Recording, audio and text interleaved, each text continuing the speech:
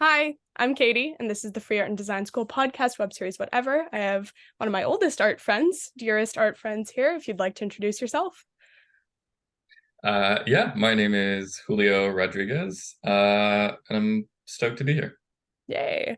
I met you at, I think, my first gallery show that I was in ever. So, like, before I even considered myself an artist. And your work is gorgeous and full of amazing color and texture. And I'm really stoked to talk to you about sort of where you get your inspiration and how you became an artist. Right on, right Like, on. how Yeah, I you became appreciate an artist. Oh my God. it. Yeah, definitely. Yeah, so I'm wondering like if you've been making art like your whole life or it's a recent-ish thing or sort of how you got into it. Well, I mean, I think art like has been a part of my life for a very long time. And I guess in some way it's sort of like been a part of my family for a bit. Like, my dad briefly studied painting and drawing, Oh wow. when he was living in El Salvador, and I have an older half sister who also does a little bit of painting. Um, so yeah, I think it's been a part of my life, since I was a kid, but I never really considered it as like maybe a career path until way more recent. I think like yeah, I was like in undergrad when I was like decided to pursue art. So yeah, I guess it has been a part of my life for a long time, but in terms of like taking it seriously, I think that's still feels pretty new. Got it. And what sort of made you interested in art in undergrad? What did you think you were going to do beforehand? Well, I went in as a psych major, Oh, interesting. but mostly because I didn't really know where else to like. I didn't know what else like interested me enough to like want to declare as a major.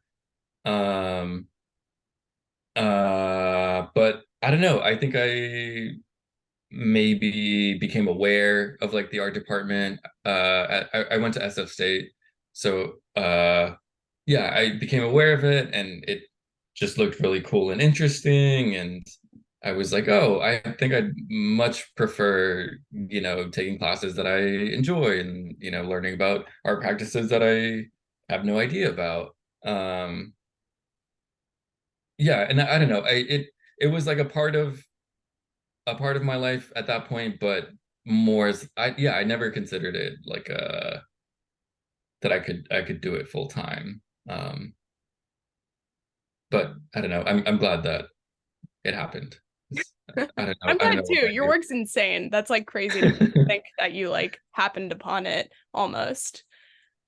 Yeah. Well, I mean, I don't know. Yeah, like drawing was always a thing, and I got into high school and became aware of like graffiti, for example, and I think that was I brought a lot of that into uh starting art in undergrad. So I don't know. I think it was in a lot of ways it was already there, but yeah. Nice. Graffiti definitely feels like a huge entry point for a lot of our generation, maybe a little older and definitely younger. I'm sort of wondering, had you always been doing paintings? Because there's like a very like graphic design element to your work too, and like photographic. And I'm sort of wondering how you like landed on this style that you've created that's so wonderful. Thank you. Well, design not really. I that definitely to me feels like uh a little bit of a different language. Like I definitely admire and respect it. Like, yeah, especially the stuff that you do, because Thank you. I can't fully wrap my head around it. And Graffiti's maybe graphic design. Like it's just a different direction. that's true. Yeah, actually, yeah, that's I don't disagree with that. I think I don't know, something about like the physical material feels uh easier for me to get a hold of than maybe more of the digital stuff. Yeah. Um, Yeah. Yeah, That but makes a lot. drawing I think was always like that was always something that I practiced like on my own as a kid. I would, draw like cartoons that I was into and that sort of thing. So I think maybe that made it easy to translate to something like painting because I was very used to like using my hand to create things. Yeah, that makes a ton of sense.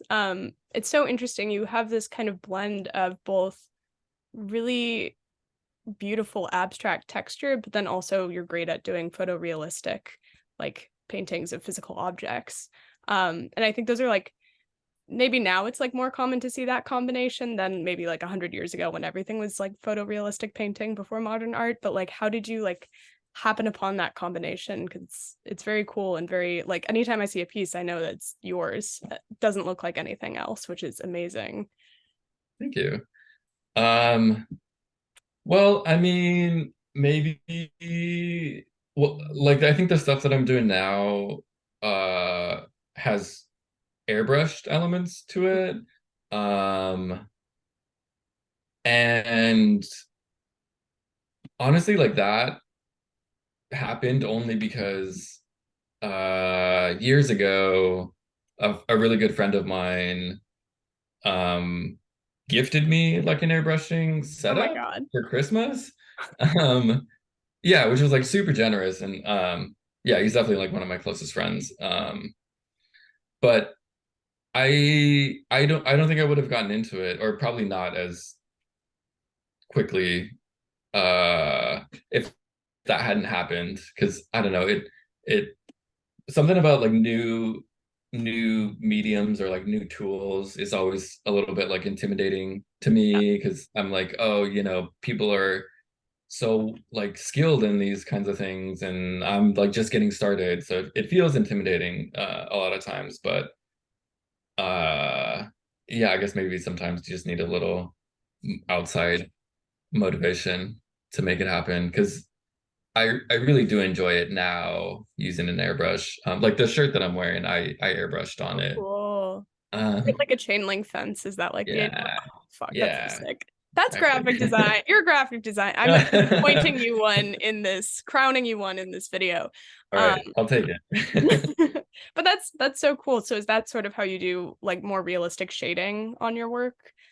Yeah, yeah, it makes the layering a bit easier, and I guess already feels somewhat familiar because, like I mentioned, the graffiti part, like spray painting, as a way of applying paint.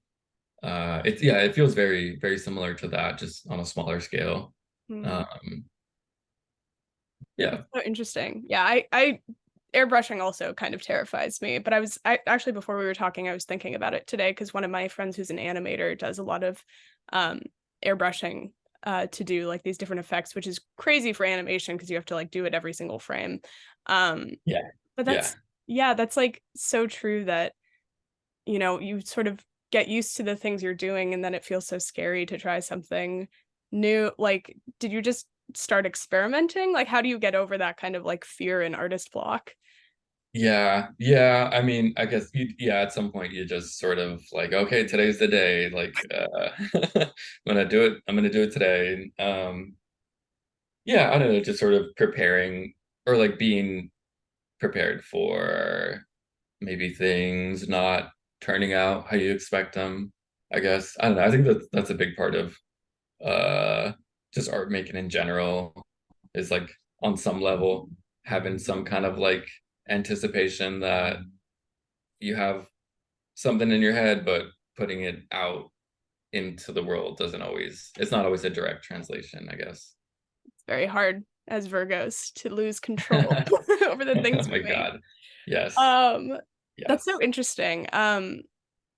Huh, that's so cool. I'm sort of curious how you like approach your subject matter or like what content really grabs your eye. You do a lot of I love traffic cones also. You do a lot of like really cool traffic cones and sort of like urban shapes and like objects. And what how do you like know something is going to look cool or like what draws your eye to something?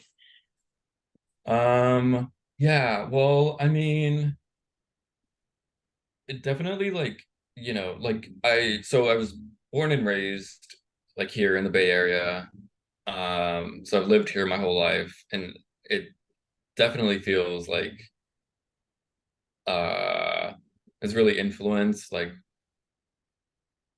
well, clearly like the art making, like the subjects that interest me have to do with like the place that I'm in constantly. Um, and I don't know, I feel like at least in my arts education, there isn't a whole lot of mm, at least like painting related to like elements of the city. Maybe there's like scenes, there's like Edward Hopper and Yeah. like his work, but I don't know. I guess I wanted to make the art that I felt like wanted to see, I guess. Or maybe something that felt more representative of like the place that I grew up in. Like thinking about landscape painting, but my landscape is like a cityscape. So uh not a whole lot of like trees and or like flora and fauna, but more like the traffic equipment and that sort of stuff. Like um yeah, so that definitely is like a big part of it. Like me growing up in a city wanting to see art about that experience. Um And like lately also, I think I've started like screenshotting a lot of memes or things that I see on the internet. Sometimes that connect to like city elements. And I don't know, I think at first, maybe a couple years ago when I first started doing that, I felt like it's some sort of I don't know, it felt like I'm sort of stealing other people's images to make work about. But the internet is like such a huge part of everyone's life and how we like consume images or how we're like presented images. So it it feels like it's maybe similarly to the city, how it's impossible to remove from my practice. Like the internet is such a big part of everyone's life nowadays. Like how could it not show up in your art in one way or another or influence the practice? So um nowadays I don't feel so bad about screenshotting stuff that I find on the internet. You're no worse than AI. It couldn't possibly get any more unethical than that. So I think you're fine. I'm so interested. What sort of like digital motifs show up in your paintings? there's definitely been like photos of pigeons that people post on the internet that I'm drawn to. There's like one of like a like a clearly photoshopped photo of a pigeon in a trench coat uh that I've seen like a few times that really yeah, I was like I need to paint this. Um and there was one that was kind of going around recently of like what looks like when you're getting an incoming call because it has like the little green accept Oh yeah, I hate that. button. Oh my God. um but it's of a pigeon like wearing sneakers. And I had like several people send me this image, so I was like, well, how am I not going to paint it? Like clearly people are aware of like my taste and Yeah. also like maybe want to see this painted. So Oh my God. uh yeah, I don't know. I spend so much time on the internet too. It's like, yeah. That's amazing. Also, I meant I hate when you are already on a call and you get another call and then it's like those things. I don't hate Yeah. your artwork. That's not what I'm saying. That's so interesting. And I think what's actually maybe more interesting is that people have always been like ripping off other images and like parodying them and like I mean you're obviously repainting things. So you have this kind of more collage or like transformative practice is probably a better way to describe it because I don't think you're stealing anything, especially if it's like a meme. Um, that's so interesting. I've been thinking a lot about how oil painting or fine art painting feels very like of the 15 to 1800s because that's when it Mhm. was like the thing, and Yeah. how when you go to a museum and you're looking at like fine art paintings, it's all portraits of like wealthy people in the 1700s versus now we never think of having something like a contemporary physical object in a fine art painting because it feels so strange. Um, Yeah. do you think you're like intentionally playing with that weirdness too by like portraying these things in like the highest form of art that you could make? Yeah, actually, yeah, maybe. On some level, yeah, I do think so. Yeah, because, I like painting things that a lot of times most people just kind of like blast by. You don't really pay them much attention. Or yeah, they're not considered like beautiful necessarily. And I'm into that. I don't know. I kind of reminds me of like uh how people feel about like pigeons in a city. I feel like a lot of times people are like, "Oh my God, they're so gross. I hate them." Like they're everywhere and disgusting and they're flying rats and stuff. And I don't know. I think that's like so harsh because like at one point pigeons were domesticated. So like essentially now they're like feral, like they're we just sort of like stopped taking care of them. Um, and they still like make do and survive in a city and in an environment that like doesn't it's not really like friendly to them. And you'll like see some pretty like beat up pigeons out in the world, but they're still out there and making it happen. So for that, maybe for that same reason, like I like elevating them a little bit. Yeah, That's a little so bit poetic and of it's such an incredible metaphor. I'm never gonna think about pigeons the same way. That's insane. Like that is kind of crazy to like find something in the like contemporary landscape of a dirty, busy city and to be like, oh, it's beautiful. Like kind of like what is it, like Fantasia 2000? They had all those like the construction sites, but they had it like to symphony music and you're like yeah, appreciating this thing that we're all living in, which is kind of crazy. right. Yeah, yeah. Like I guess it doesn't have to be a like distinction between what's considered like highbrow or lowbrow or like all that stuff. Like, yeah, could all be good. That's crazy. And that's actually I think sort of radical and important because you've been through arts education. I've been through arts education, like the sort of canon of like what's viewed as acceptable or like a thing worthy of an oil painting or an acrylic painting or whatever is like so steeped in classist, racist, like entrenched history. That kind of like going against those narratives and then picking other things as your focus um and like focal point of your artwork is very empowering. um I'm sort of like interested in like how you, because you've been making paintings for a while, like how you sort of view the trajectory of your work. Like do you think you've sort of like learned any life lessons being a painter in San Francisco, which is like not the easiest place to be a painter anymore? Um, yeah, I mean, I don't know. I think I guess like in any art practice that in which you're like making your work public, there's always like a level of rejection that comes with things like in like applying to open calls or whatever like um which is it sucks but uh it's like a very real part of any art practice and like you really can't let that I guess you can't like hold on to uh those moments for too long. I don't know. I always feel like mm, I want to continue making the work that I want to make, and if it's like not an immediate, if it's not like an immediate hit, that's not a bad thing. Like, uh, yeah, I don't know. I've definitely learned that it all takes time. Um, like I feel like it wasn't until like very recently that I finally started making work that I like making and that I think also gets a decent response from people.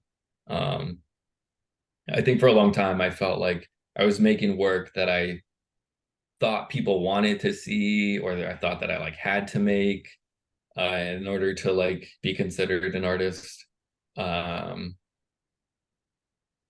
but yeah, I guess it took me a while to understand that it's like not really about that. It's more like as long as you're making the work that you want to make, then that's that's what counts, I think. Great So message. Damn. Need to internalize that one a lot better. I think I personally, like a lot of artists, am very like sensitive to the algorithm, and like if I post something that I think is really cool and it gets 12 views or 12 likes and I'm like, what the fuck? Like, like how do you sort of make peace with like the sort of digital social media element of being an artist? Because you seem a lot more stable and confident than most people are.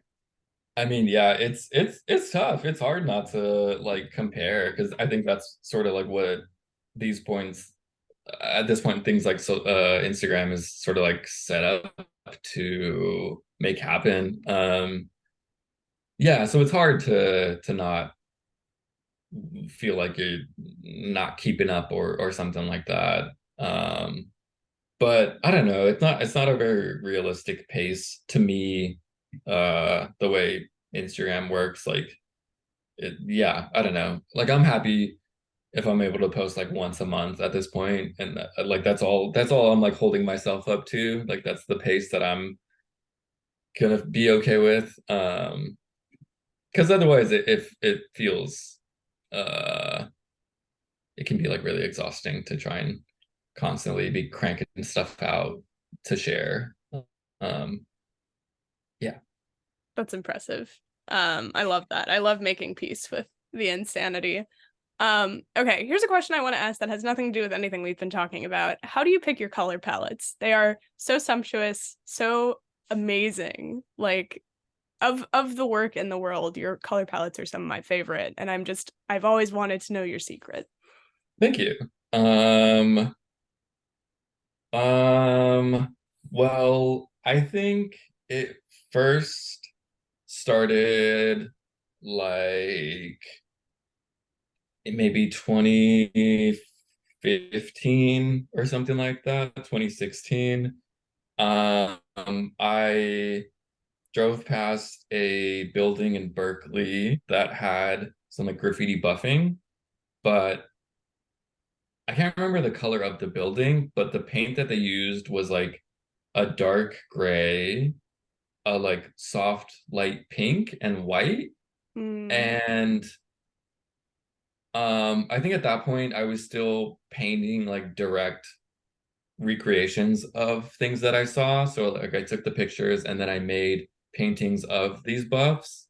But that color, those three colors, I was like, oh my God, I love this like combination. And because I bought like a gallon of each, I think I just ended up using it in certain things. So like I think that's how some of like the pink has come to be a big part of my paintings. But also, I don't know, like um throughout the years I've done like different sort of like gallery assistant gigs or like studio assistant gigs or like assistant on murals and that sort of thing. Um and a few times like I get to take home the leftover paint. Uh, Whoa. yeah, so and it just turns out that it's a lot of this like pinkish, orangish kind of stuff. Um, so yeah, it on in one way it was like I saw something in the city that I was like, I need to paint that. I love those colors. And another way was just sort of like being fortunate to get like free supplies from people.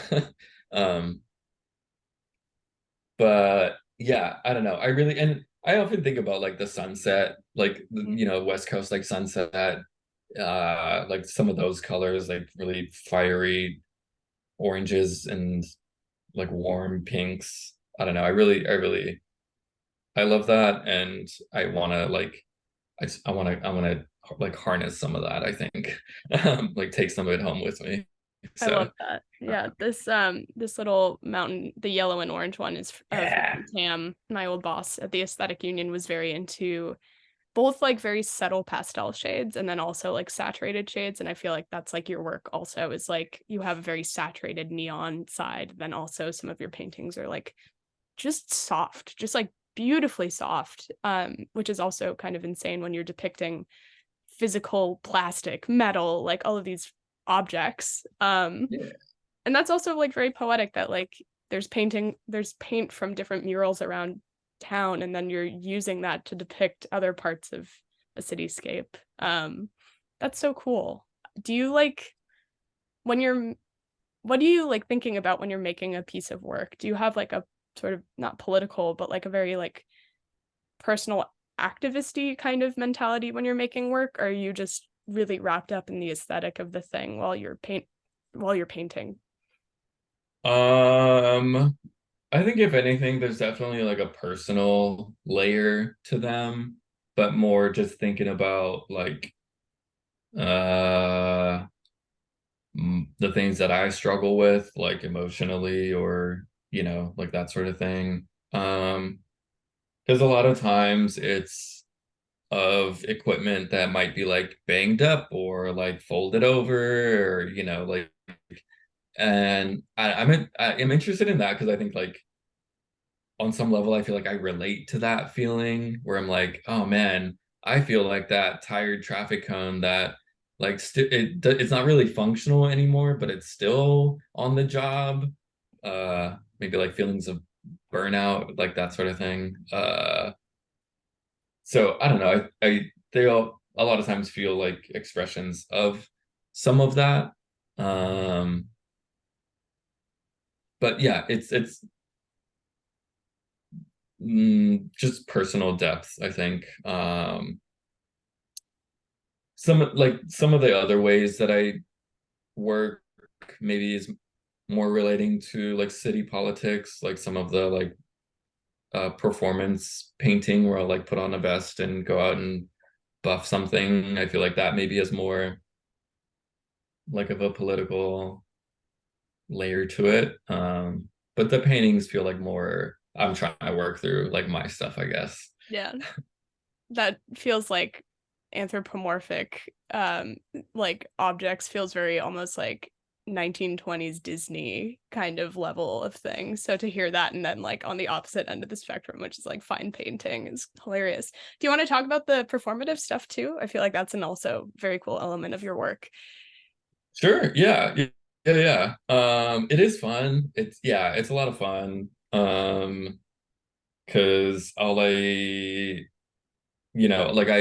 wear like an all white like painter's uniform and then I'll throw on like a high visibility vest and like no one questions what you're doing. No one like looks twice at you like because you look official, which yeah is a lot of fun because I find a wall that gets tagged on a lot and then painted over frequently by the city. And then I'll go and act like I'm painting over graffiti, but it's not, there's no graffiti. So I'm like painting over the graffiti buffing. I'm like buffing the buff kind of thing. And it's sort of like also ironic to be like, oh, this is what the city wants, right? This is okay. Um, but yeah, I don't know. It's a lot of fun because I it can do it like at any time of day, and uh, it's essentially like doing graffiti because I'm painting without permission, but because I'm wearing a uniform, it's like no one thinks twice about it. Um, yeah, it's been a little while since I've done one of those, but uh, kind of nice that it's always there, something I can always jump into when I feel like it. Um, Yeah, you have this cool record of like all of these very public pieces of work that you've made. Because I'm like you've posted like different like, oh, I painted this like graffiti thing like 10 years ago and it's still there. Like, is that kind of like insane to have like these small works that you're doing in your studio versus like this physical object that you've made a mark on that's going to be there for as long as possible, except for the rain. Like, do you have a kind of perspective on that? Um, I mean, I don't know. It makes me feel really good. Um, yeah, I don't know. I'm very I think a lot about leaving a mark, I guess. So it's nice that in different ways that the marks have been made, like there's stuff out in the world for certain audiences, and then there's I get to make stuff in this way. Uh yeah, I don't know. I think a lot about things like legacy and uh memories and that sort of thing, and maybe leaving my mark on the city that I feel like has in a lot of ways left marks on me. Mhm. uh